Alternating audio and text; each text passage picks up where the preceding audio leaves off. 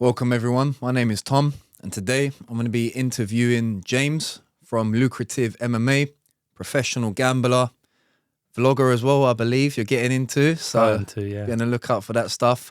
All around good guy. I've known James for many years. When we were very young, we grew up together, done a lot of things together. Now we're holding a podcast together, so... Bang, we came up. We came up, man, we came up. So let's get into it. So... First off, what is it exactly that you do as a job, as a career with your gambling? Yes, I'm a professional gambler. Means I make my money from betting on sports. You know, there's many different types of gamblers. You can be a poker player, whatever. I don't do none of that stuff, none of that casino stuff.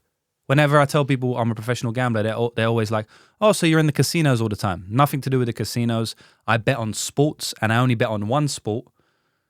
There's a little bit of nuance to that, but for the most part, I bet on one sport, which is MMA, mixed martial arts, so we know very well. And that's basically what I do. Every single week, there's MMA events, and that's where I earn the bulk of my money from. Obviously, I have my money in other places. I invest money. I have other businesses. But for the most part, I make my money from gambling, and that's at least where I made my first bulk of money from. I'm starting to transfer wealth now, but the initial bulk of money I made from gambling. Nice. So... You've been into gambling many years. Am I correct in saying that? Yeah, since a kid. Since a kid. So how did it all begin? What's like your first few memories of gambling? Because I know for myself, you got me into gambling. Yeah. I don't gamble properly, but I do bits and pieces. When I was around 19, 20, that's when I started. But I know that you started way before, so... You remember me back in the day asking to borrow money? I do. I remember those days. Just to gamble. We was broke as a joke, little teenagers, and I used to be like, Tom, you got £100 because I got this horse that's definitely going to win. Do you remember that? I remember that exact. I remember that exact day. I remember that one. I remember. Yeah. So, yeah, Crazy times, man. Yeah. So basically, I've been gambling for as long as I can remember because I really have to give my credit to my granddad, because my granddad was a big gambler. He wasn't like a professional like me. He didn't earn as much money as me, but he did have big bets. He'd lose a lot of money. He'd win a lot of money. He was an up and down gambler. He's probably about neutral overall. I don't think he's won money from gambling over his life. I don't think he's lost money, but there's been times where he's won an insane amount of money, and there's been times where he's lost an insane amount of money. And obviously, I was raised by my grandparents quite a lot, right? Not only by my grandparents, I was raised by my mum and dad as well, but there was many times, for many reasons, when I was with my grandparents. And like I said, my granddad's a big gambler. He actually used to own greyhounds as well. Okay. And you will know, because you're from the UK, but a lot of people won't know what greyhounds are. They're racing dogs. Just how you have horse racing, you also have dog racing. And dog racing is basically a sport for the people who don't have enough money to buy a horse, right? Because horse racing is super expensive to get involved in. Horses go for millions of dollars sometimes.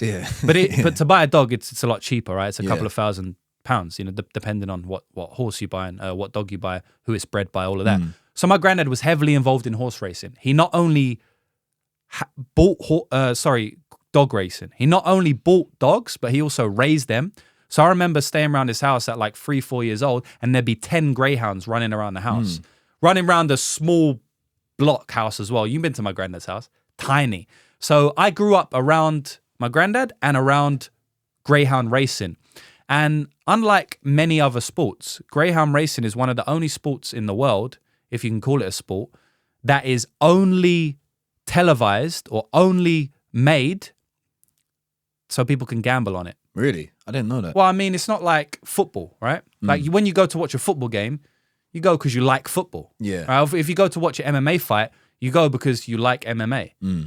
But it's not the same with horse racing and dog racing. With horse racing and dog racing, it's 100% to bet on, right? People go there only to gamble on it. Yeah. They don't care how the horse is going to do. No one even knows the horse's names. They're not going to watch the horse. They're going to bet on it. So because I was brought up around the greyhound racing industry, just by extension, I was brought up around the gambling industry.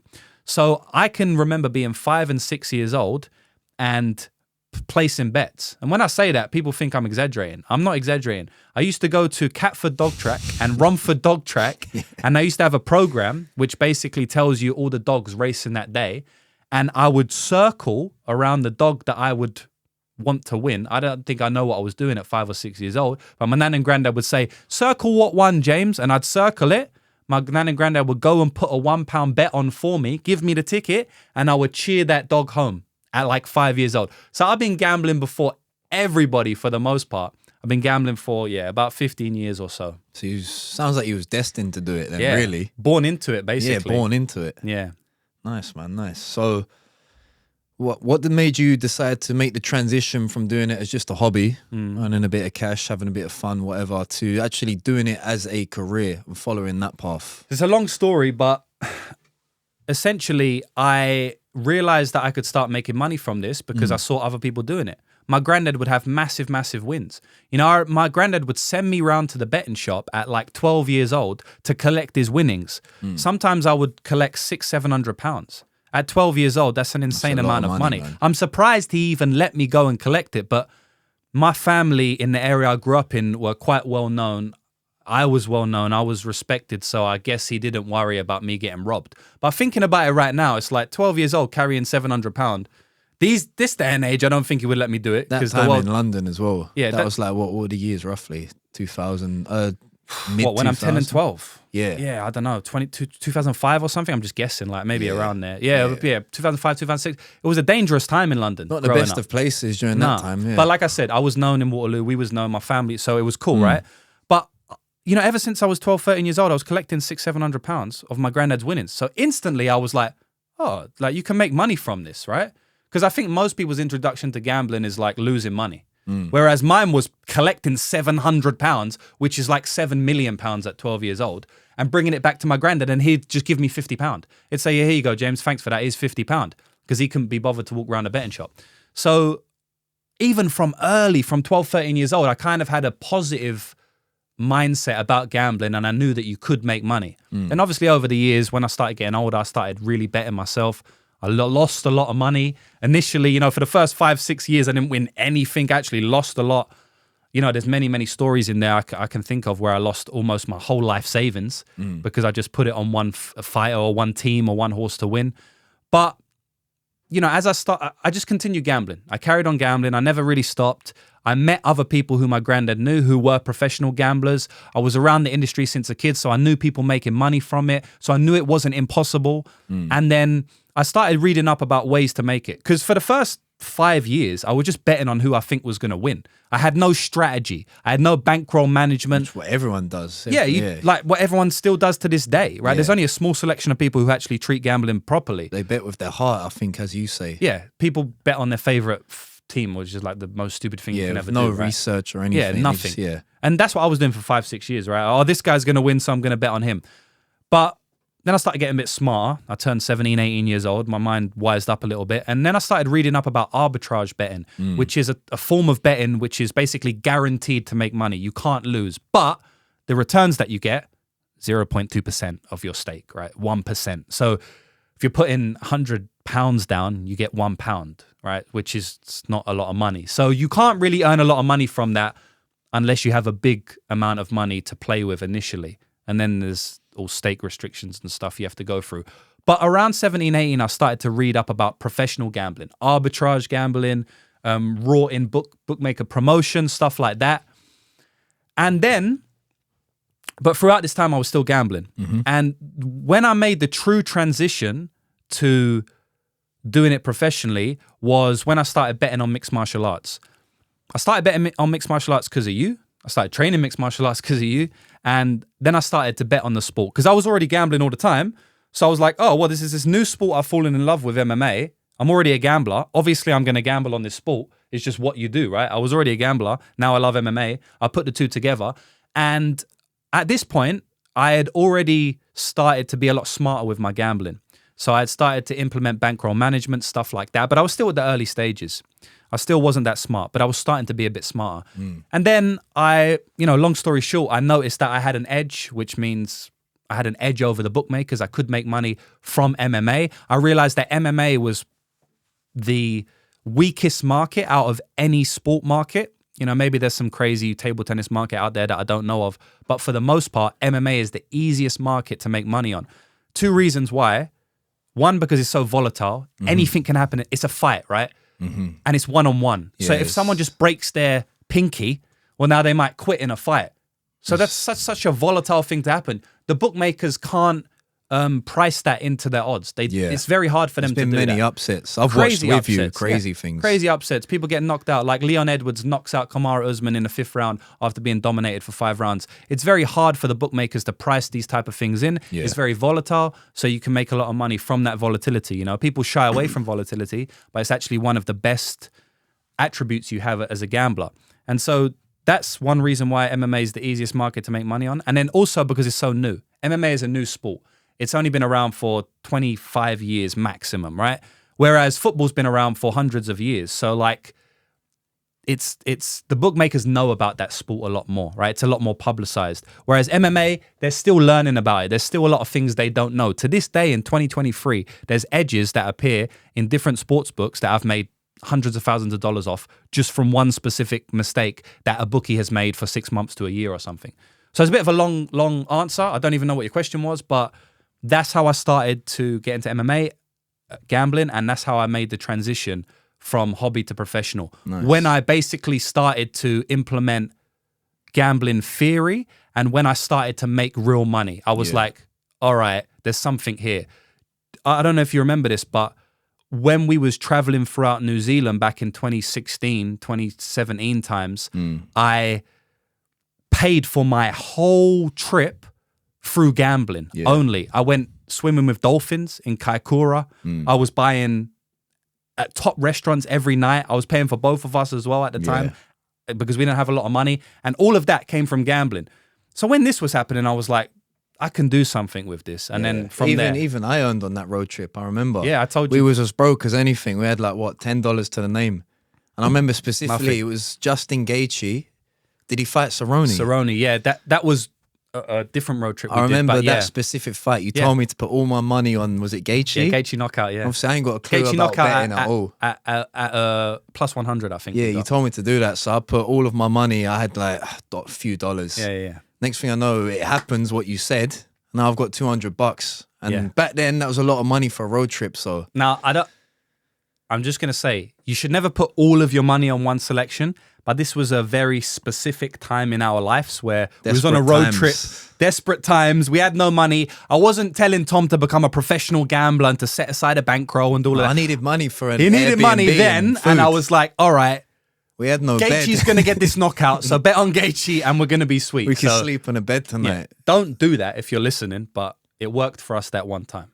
Nice. So basically you just saw like a hole in the MMA game in terms of betting and you just capitalized on it. Yeah. I like I said, I was already a decent gambler, even though I lost a lot of money. I was starting to learn. And I saw there was a massive gap in the MMA market, in the sports betting market, and I've exploited it. And to this day, there's still the gap. I don't know if the gap's going to be there forever. That's why I'm diversifying my wealth and stuff, because at the end of the day, it's hard enough to make money on sports betting, as you know, by the amount of times I've used your details for bets and everybody else that we know. I've got a lot of emails, a lot of angry emails I got. So it's hard to make money in sports betting. So I'm definitely diversifying my money. But to this day, touch wood, I'm still able to make a good amount of money from betting on MMA. So hopefully it continues. Nice. So obviously with gambling, there can be a certain stigma attached to it. Yeah. But I mean, the proof is in yourself. You have a lot of followers that love you. They love your content. They love you. So have you got anything to say to go against that like generic stigma of gambling and that people who don't gamble have the stigma on it. But the people that do, a lot of them, they seem to like love your content. So yeah, I'm probably going to give a bit of a different answer than a lot of people would expect from a professional gambler. And that is that I think gambling is a negative. Overall, I don't think it's a good thing to do, and I don't tell people to do it. You know, people always ask me because they see that I live a decent life. You know, I have a decent amount of money behind me, and they ask me, "How do you make your money? Can I do it too?" Everyone wants a piece of the pie, right? And I always tell them, I'm like, listen, don't do what I do. I tell people not to gamble, and the reason for that is because a part of the stigma is true. It's an addiction. I've seen people lose houses to gambling. I've seen people lose families to gambling. I've seen some terrible, terrible things, especially coming from where we're from, London. There's a bookmaker on every single corner of every single street. Yeah. And there's 10 bookmakers in the poor areas. They're only in and the there's poor. no bookmakers in the rich areas because they know that they're preying on the weak people, the poor people who need money, like us on the road trip. And it can be very addictive, man. And people can lose their life over it, you know? They're losing money they don't have. Yeah, losing family, they get into debt. Like there is a reason why there's a negative stigma about it.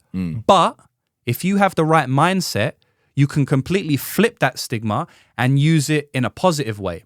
So I don't treat it like gambling. I say gambler because that is what it is, and that's what everybody around the world knows it to be. But at the end of the day, I don't see it like I'm gambling. I see it like I'm investing. I see it like I'm investing in a stock market. At the end of the day, the sports betting odds is just a market. The reason it's a market is because if a certain amount of money is put on one specific horse or one dog or one fighter, then the market will adjust. The price will change, the odds will change, just as they do in the stock market. If there's a lot of money that comes on a specific stock, then the price for that stock is going to change.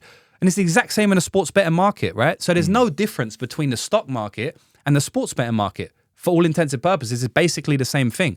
So I don't treat it as gambling. I treat it as investing.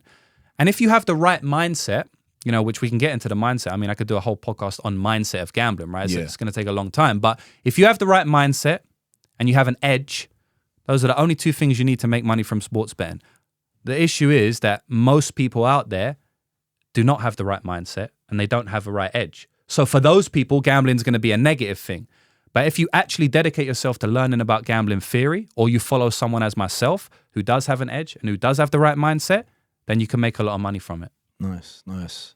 Now, obviously, there's these positives to gambling. So in your personal life, I know, but the people won't know, it's allowed you to essentially travel and do fun things. So can you elaborate on basically what gambling has allowed you to do in your personal life? Yeah, it's changed my life completely. You know, from before I made money from gambling, I didn't know what I wanted to do in life. You know, I was just a normal guy. I was doing 9-to-5 jobs. I was construction, building site, office jobs, literally every type of job, working in golf courses. And I didn't really know what I wanted to do, and I wasn't happy in life. And then I started to earn a lot of money from gambling, and it completely changed my life. You know, I live a good life now. I travel all around the world. I have nice clothes. I have everything I've ever wanted. I got nice cars. I have nice jewelry, nice watches, all of the superficial stuff. But I also have all of the things that mean a lot more than that, which is the ability to help my family. I've paid for a lot of things for my family. I've paid for a lot of stuff I've borrowed my family money, mum, my sister. I've paid for a lot of things for them. And I'm able to go and see them whenever I want, right? I live in New Zealand, but all my family are in England. It's a long way to travel, and it's very expensive to go back there. I was able to go back last year for 3 months, rent out Airbnbs because all my family's all broken up. I can't stay with anybody. Rent Airbnbs for 3 months, spend time with my family. Cost me like £20,000 just for the Airbnb or whatever it was for like 3-4 months, right? I would never be able to do that without gambling, but it allowed me to be able to do that. So it allows me to see my family more, to look after my family, allows me to buy my friends and family things, which makes me feel good. I mean, I could literally go all day about the benefits of having money. You know, a lot of people look down upon money these days. Yeah. Like a lot of people say, you know, rich people are evil, or like you shouldn't strive to make money. There's more important things in life. And I know we're going off on a little bit of a tangent now, but, you know, it's so funny when I hear that stuff because, first of all, it's always from broke people. You know, people with money never say money's nothing. People with money say that money's not the only thing, but at the end of the day, there's things that are more important than money, right? Yeah. But the funny thing about that is money helps all of those things. Exactly. So what's more important than money? Family, right? Yeah. Well, I just told you how money helps family. Yep. I can spend more time with them because I don't have to go to a 9-to-5 job. Yep. I can spend money on them. If someone has to have a surgery, I can pay for it privately. I can literally save their life. I can save my family's life because I got money. So you want to talk... Car breaks down. Normal life things. Yeah, I can pay for it. And then what else is more important than money? Health. People say health, yeah. All right, I'll tell you how money is better health because you can buy all organic food. You can buy produce. The best foods. You don't have to buy a terrible McDonald's takeaway because you can't afford organic meat and organic vegetables, right? Yeah. Also, if you have an illness, like I just said, you can go private. The best health practitioners. The best health practitioners in the entire world. To the front of the line because you're paying premium straight price. to the front of the line. You get the, yes. I mean, you know, there's a line in a Kanye West song, right? Magic Johnson has a cure for AIDS. Because my mum worked at a church for 25 years, she couldn't cure it. Something like that. I mean, if you got enough money, you can cure anything, bro. You know what I mean? Like for the most part. So, I mean, you know, there is more important things than money. but money helps all of those things. Absolutely. So I completely agree. Yeah, long-winded answer, but gambling has completely changed my life, and yeah, God bless gambling. Yeah, God bless. So it was getting a bit deep there. So I'd lighten it up a bit. How much have you earned? If you put all your gambling earnings together over however long, can you quantify or remember how much you've earned? So I have a gambling service, right? Yeah. Lucrative MMA. The reason I created that, or many reasons, but one of the reasons is because when you start earning a lot of money, you get banned by the bookmakers. And so I thought, okay, how can I still make money from gambling without actually stressing about how to get my money down? So I was like, okay, I'll create a tipster service and I'll help other people. So, and there's other reasons as well, the white paper and stuff. But basically, I had to kind of go back and look at how much money I've earned in order to promote that service, right? I wanted to find out how much money I've earned. And I've earned way over $1 million from sports betting. I'm not a millionaire, meaning I don't have $1 million in my bank, but over the course of my gambling career, I've probably earned $1.5, $1.6 million. It's not a bad effort, man. Yeah, not bad. A bad effort. Most people don't see that. But obviously I've lost a lot too. Right? Yeah. 1.5, 1.6 million, around there is profit, right? So I haven't lost any more than that. But there's been times where I've gone through periods where I've lost 200-300 grand in 2-3 months. But then I've gone through periods where I've won that in 2-3 months. So, you know, gambling's a stressful job. It's a gamble, as the name says. Yeah, because it's up and down. But yeah, I've been lucky enough to profit, well over $1 million. Nice. So if someone watches your content, they're interested in betting on MMA, things like that, how can they begin? What should be their first few steps? What would you recommend, being in the game for quite a while? Yeah, so if you want to bet on MMA, and I'll speak about MMA because that's what I'm educated to speak on. I've done many years gambling on dog racing, on horse racing, but I'll speak about MMA. If you want to bet on MMA, you have to first be immersed in the sport. You have to be, right? You can't guess who's going to win. You can't half watch the sport and think you're going to predict who's going to win. It's impossible. You have to be fully immersed in the sport. You have to know all the fighters coming up. You have to know everything about MMA, right?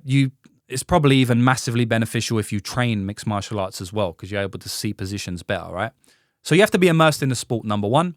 And number two, you have to be a good gambler. Completely two different things, right? Betting on sports, knowing about that sport is complete. Like analyzing a sport and breaking down who's going to win is completely separate to betting, to gambling on that sport with that analysis. There's a lot of fighters out there that love to bet because they think they can gamble because they're MMA fighters. Oh, I'm an MMA fighter. I know who's going to win. I'm better than all of these guys at analyzing the fights. First of all, athletes are notoriously bad at analyzing their own sport. That's like a meme. It's quite funny that. Yeah, they're notoriously bad. They get stuff wrong all the time. But even if their analysis was perfect, they don't know how to gamble. They don't know how to judge the market. They don't know how to judge line moves. They don't know how to put money down. They don't even know what the odds mean. They don't even know what value means. They don't know what bankroll management is. So you have to get two things down, really. You need to get the betting theory down, gambling theory, and you can do that by listening to content by me and other gamblers and reading books and stuff and just experience. And then you also need the analysis side down so you can actually break down a fight and determine who's going to win and how often they'll win and stuff like that. So if you've got those two things down, gambling theory and MMA analysis, put them together, you should be able to earn money. Nice. If you're good at it. Let's say someone listens to that, they take your advice on board, and they start to sign up to your service and that. How much can they expect to sort of win? I know for me, I've earned a good amount of money just listening to your bets. It's helped me out quite a lot. Yeah. But if someone's interested signing up to Lucrative, what can they kind of expect, like a ballpark estimate? So it completely depends on how much money you're going to invest, right? If I bet $100 on a selection at even money, I'm going to win $100 profit. If I bet $100,000 on the same selection, I get $100,000 profit. So there's a massive range there, right? It depends how much money you want to invest. That correlates with how much money you're going to get back. So I can't say a specific figure because it all depends on how much money you have to invest. But what I can say is that I've got dozens, to be honest, hundreds of DMs and actually reviews on trustpilot.com, which is a review website, of people saying that I've not only helped them make money, but also changed their life from gambling. So people have been able to buy hospital bill. I've had random messages. People like, oh yeah, I've bought hospital bills. I bought vet bills for my dog. I've been able to go on holiday. I even had one guy message me before that he saved up a portion of the money that I made him over the year and gave it away, you know? So I can't say a specific ballpark figure, but we're the best in the game by far. The amount of money that we profit is pretty insane. I've won about 460 units in less than 4 years, which is basically unheard of in a sports betting game, especially since, and this is like quite niche gambling stuff now, but I don't tip openers. People who know about gambling will know what I'm talking about. I don't tip stale lines. I only tip widely available lines, and I don't tip lines that are only available on certain bookies or obscure props or any nerd gambling stuff like that. Basically, what I'm trying to say to the layman terms is that we bet very above board. We're super professional. We don't pad our record. We don't pad our figures, and we're still at the top.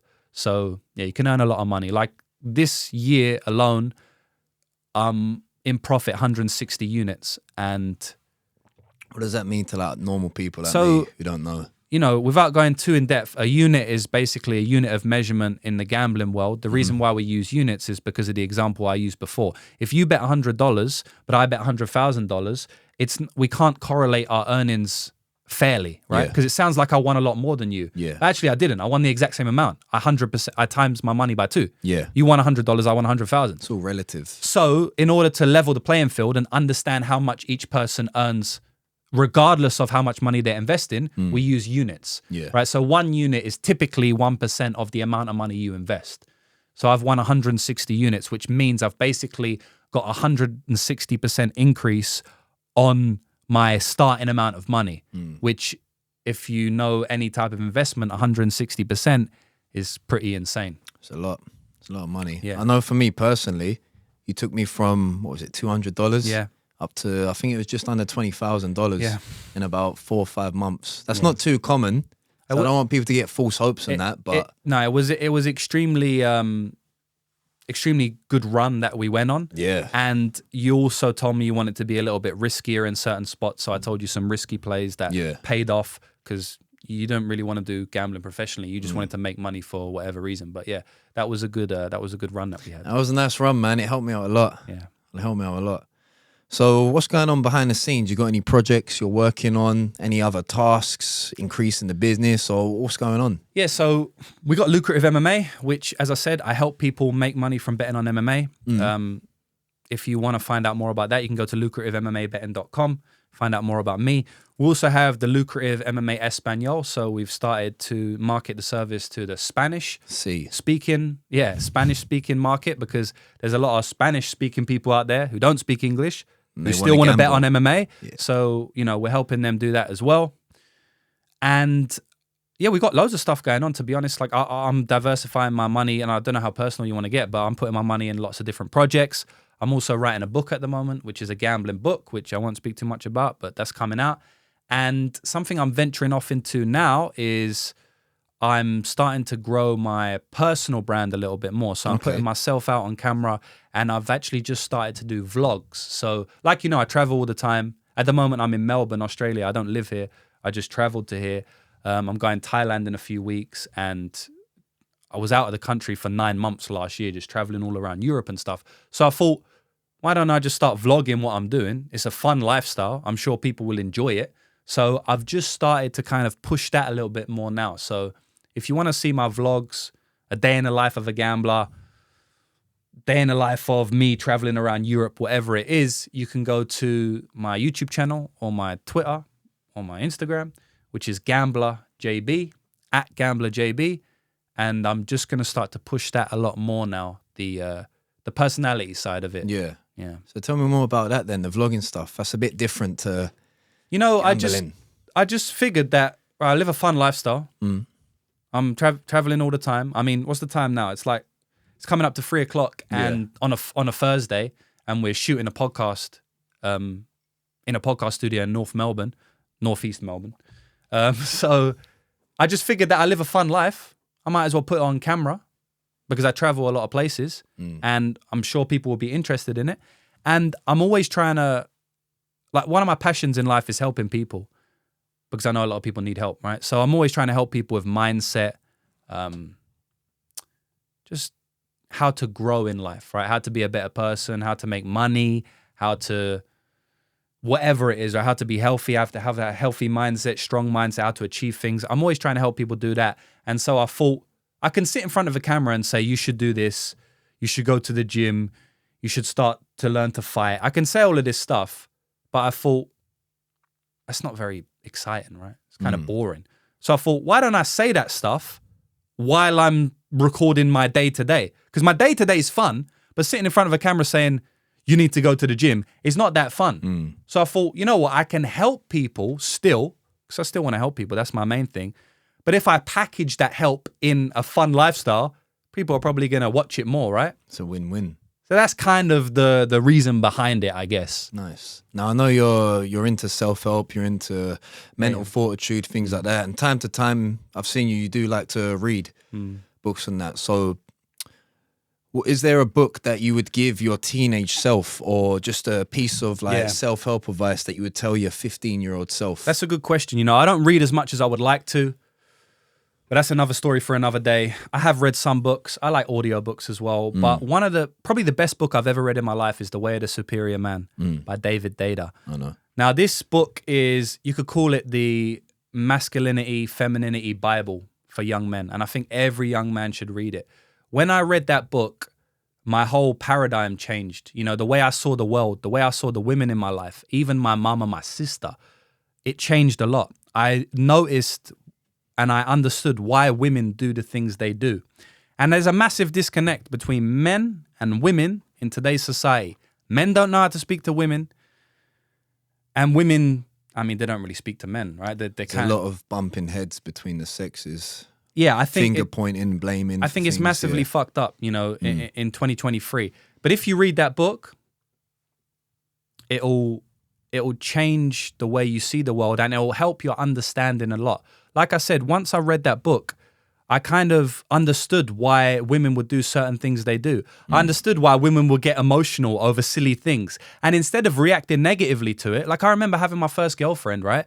And when she would get upset and stuff, I would get angry too at her for getting upset. But then after reading that book and understanding life a little bit more, you're like, oh, that's fine. You know, she's in her feminine. She's a bit emotional. That's normal for a woman. Let me just relax. And it enables you to have a lot more healthy relationships with women. So since I think that that's massively lacking in society, I think Where the Superior Man is definitely the most beneficial book I've ever read. And I would definitely give it to my teenage self. And I'm going to give it to my son when I have one day too. Yeah, because things of that nature, we don't get taught at all. We have zero understanding. The school system, society, it doesn't push anything like that towards you. They don't teach you how to speak to women. They don't teach you how to have healthy relationships with the opposite sex. Even just communication. They don't really teach you how to communicate with people and build relationships and things like that.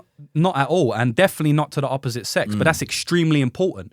If you want to have a loving relationship with a woman, if you want to have sex with women and, you know, have fun and meet new women and potentially meet a partner and have kids one day, you have to know how to chat to women. It's a normal thing, but we don't get taught that.